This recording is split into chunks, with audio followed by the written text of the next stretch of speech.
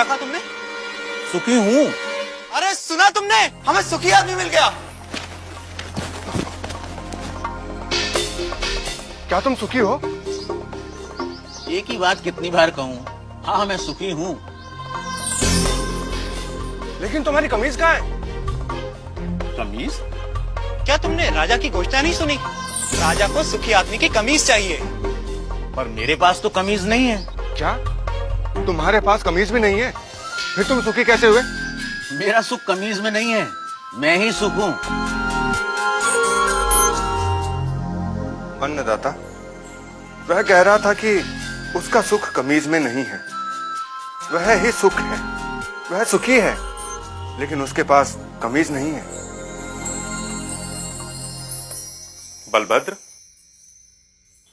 उसे मेरे पास ले आओ। क्यों? क्या राजा को मेरी और मेरी बैलगाड़ी की सेवा चाहिए? पर उसके पास तो हाथी, घोड़े, रथ। बुरा, राजा को तुम्हारी बैलगाड़ी या तुम्हारी सेवा नहीं चाहिए। राजा तो तुमसे मिलना चाहते हैं।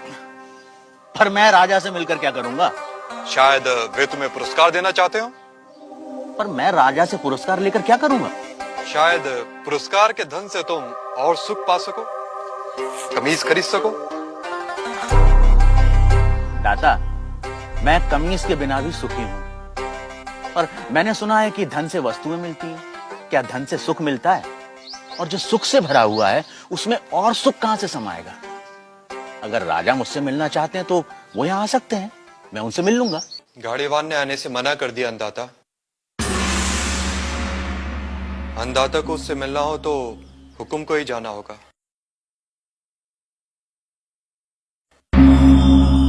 और गाड़ीवान से मिलने राजा अपने मंत्री हजूरियों दासों के साथ गाड़ीवान भूरा के गांव पहुंचा। भूरा, भूरा, भूरा। अभी कहीं नहीं जा पाऊंगा, मेरे बैल सुस्ता रहे हैं। भूरा, अन्नदाता तुमसे मिलने आए हैं। भूरा, कहिए। तुम जो मांगोगे मैं तुम्हें दूंगा। हाथी, घोड़े, दास, दासियां, जो चाहे मांग लो। पर मुझे सुखी होने का रहस्य बता दो। मुझे नींद आ रही है राजा, मुझे सोने दो। राजा हैरान था। दूसरी बार राजा फिर बड़े दल बल के साथ आया। भूरा, भूरा, हाथी, घोड़े, दास, दासियां जितनी चाहे मांग लो, पर मुझे सुखी होने का रहस्य तो बता दो। राजा, हाथी, घोड़े, दास, दासियों के बिना भी मैं सुखी हूँ। फिर कभी आना। तुम्हें क्या चाहिए भूरा? मांग कर तो देखो। मुझे सुखी होने का रहस्य तो बता दो।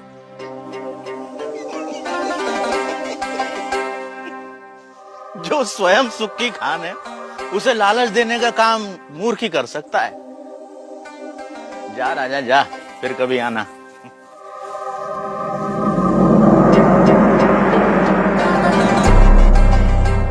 और राजा चला गया। उसे समझ नहीं आया कि गाड़ीवान भूरे को क्या चाहिए था कि अचानक राजा एक दिन अकेले गाड़ीवान के सामने आ खड़ा हुआ।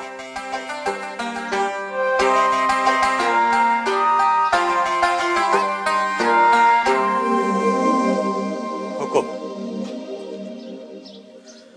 तू फिर आ गया? जब तक आप सुखी होने का रहस्य न बता देंगे मैं तंग करता रहूंगा।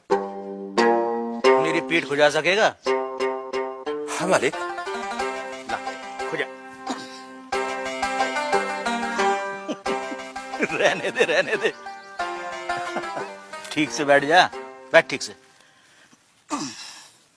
पहले ही अपने दिखावे का बोझ छोड़कर आता तो मेरी पीठ खुजलाने से बच जाता।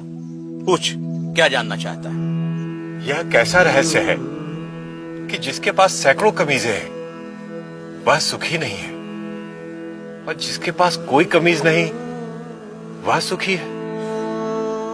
राजे, सुख का कारण कमीज नहीं, आत्मा है। जो यह जान लेता है कि सुख का कारण भीतर है, उसे सुखी होने के लिए बाहरी वस्तुओं की जरूरत नहीं पड़ती।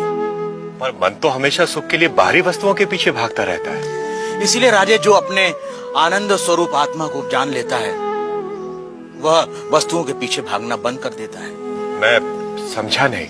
राजे, आनंद आत्मा का स्वरूप है। आत्मा अनंत है, इसलिए आनंद भी अनंत है।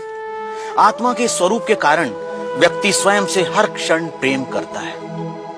क्या कभी सोचा है कि व्यक्ति बूढ़ा हो जाता है, बीमार हो जाता है, इंद्रियां साथ छोड़ रही होती हैं, मौत द्वार खटखटा रही होती है, फिर भी आदमी जीना चाहता है?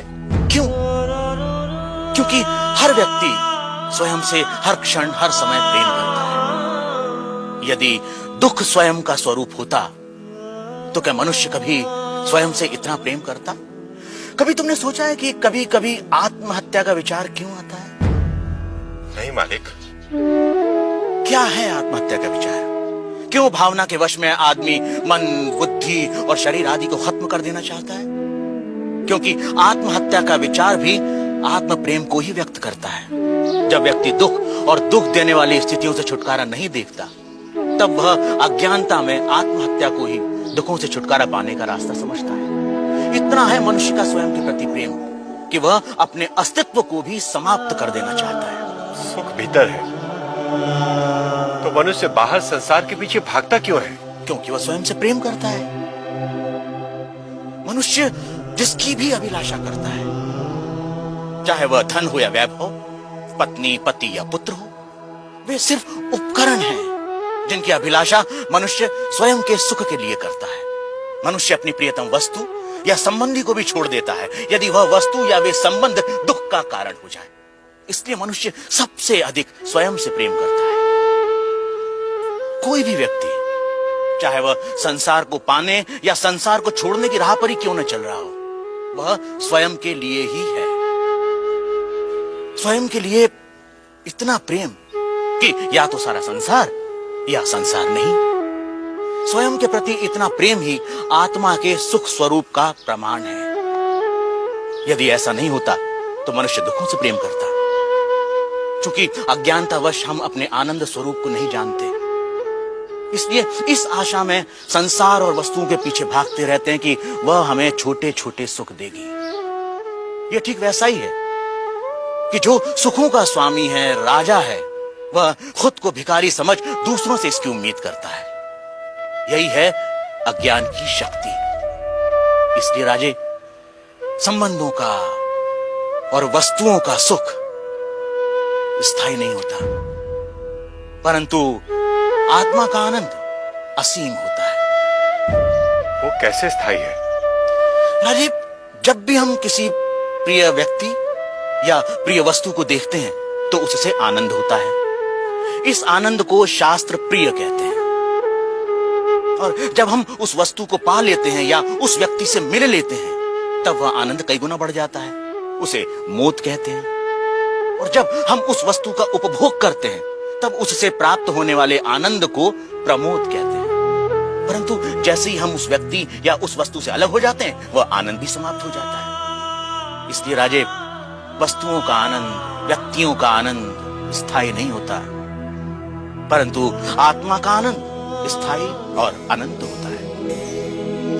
बुरा व राजा में आनंद पर लंबी चर्चा हुई, जिसे वेदांत में आनंद मीमांसा कहते हैं।